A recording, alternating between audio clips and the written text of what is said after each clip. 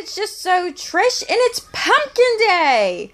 All right, this isn't even all the pumpkins I bought. So something happened where like 2 semis worth of pumpkins were rejected by Walmart, and so the farmer donated them to one of the churches, and so the church is selling them $1 a piece for their building fund, and they're just chucking the bad ones.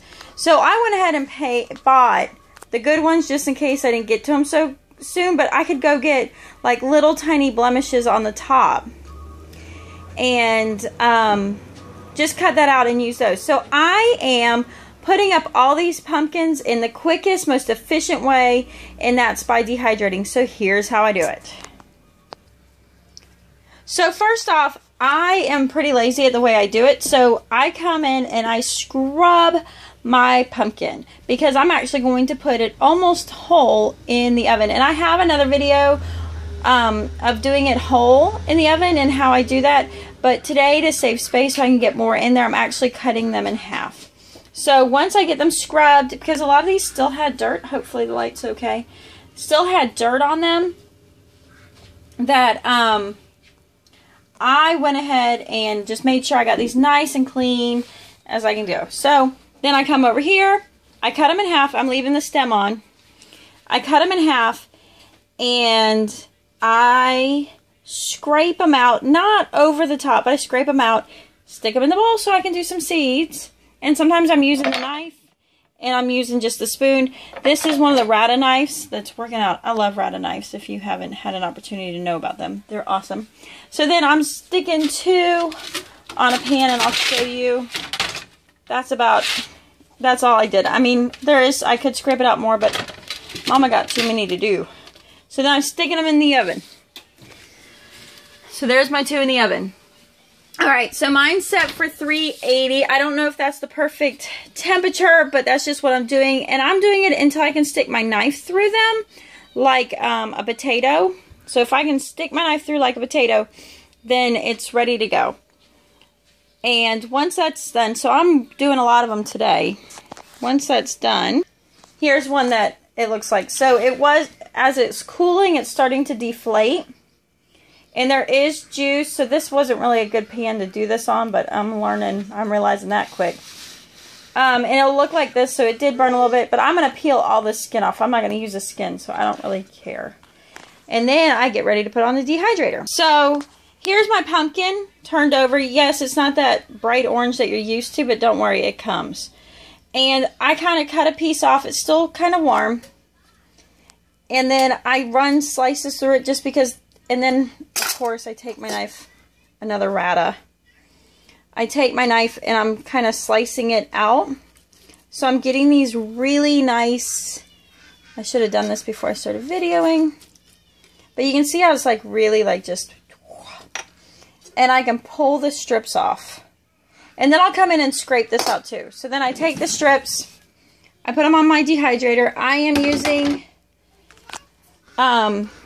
this netting. It works awesome. If you don't have it, you can use parchment paper just in case. So I gotta put the one there, but I have it on most of them to go. And then I keep please move her, thank you. All right, so then I do that and I dehydrate it for however long it takes. And then as they start shrinking, I start moving them around. And where I'm at, if it's a particularly humid, it will take longer. It might take me 2 days. Sometimes it takes me a day. It all depends.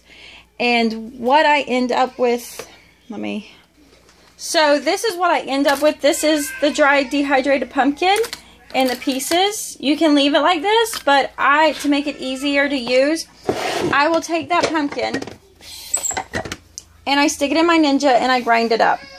And then I sift it. And so what I'll end up with is kind of something that looks about like this, and it's pretty powdery. Actually, you can kind of see it dusting up. And I'll typically sift them out. So here's the big chunks, and I will take these big chunks at the end and I'll re-dehydrate them and stick them back through here, and just to kind of break them up more. I think it was Baxter Prepper is the one who showed me this and talked about, you know, if they're staying in chunks. I'm pretty sure it was her because she's got a lot of cool dehydrating videos. and canning videos, you then, you know, this is just, it needs to be dehydrated more. So I still have to do this. Now, what do you do with this? What do you do with this? Okay, 1/4 cup of this powder and 1/2 cup of hot water will make 1 cup of pumpkin puree. So if I'm using my, let's see if I can find a pint jar real easily. If I'm using my pint jar, which has 2 cups in it, it means I have 8 cups of future pumpkin puree. So we make the pumpkin puree and we go back and we make pies with it. We make a lot of pumpkin pancakes. We make pumpkin and chocolate chip muffins. Anytime you want pumpkin, here it is, dehydrated, ready to go. And I'm like super excited because we typically put up 6 pumpkins every fall so we can eat pumpkin throughout the year. And to get such a good deal on my pumpkins, I'm just elated. So another thing you can do, because it's in powder form, you can actually put it in your smoothies to get those vitamins and minerals. So awesome way to know that you're having good pumpkin. You know how it was done. I mean, I don't know who grew them, but the farmer in North Carolina, thank you. Definitely very appreciative for you donating to that church building fund, and I'm being blessed by your pumpkins. But these seem to be really great. They're not a sugar pumpkin. They're not the sugar pumpkin, so they're not going to be overly sugar, but they're like the right size to be just enough of a little jack-o'-lantern, but yet it's got, as you can see, just a great amount of meat on it to get a good dehydrating. So hopefully I'll end up with maybe 4 or 5 cups of pumpkin, maybe 4 cups of pumpkin puree per pumpkin, hopefully. So there you go. Now, I am not going to be able to keep up with my dehydrator. So I will end up just having a bowl in the fridge that I'm going to put my baked pumpkin into to store while I'm waiting to put the next batch in. And then I'll vacuum seal them in a jar. So, yay for pumpkins. I hope this gives you a little insight of how to take advantage of the season's harvest and get a little pumpkin powder in there and to get it done. And this is what I'm going to be doing the next few days. And if I can get it done quickly, I will be back to get more pumpkins and just stock up my pantry with plenty of pumpkin powder. I hope it helps. Peace out. I'll talk to you later. Bye.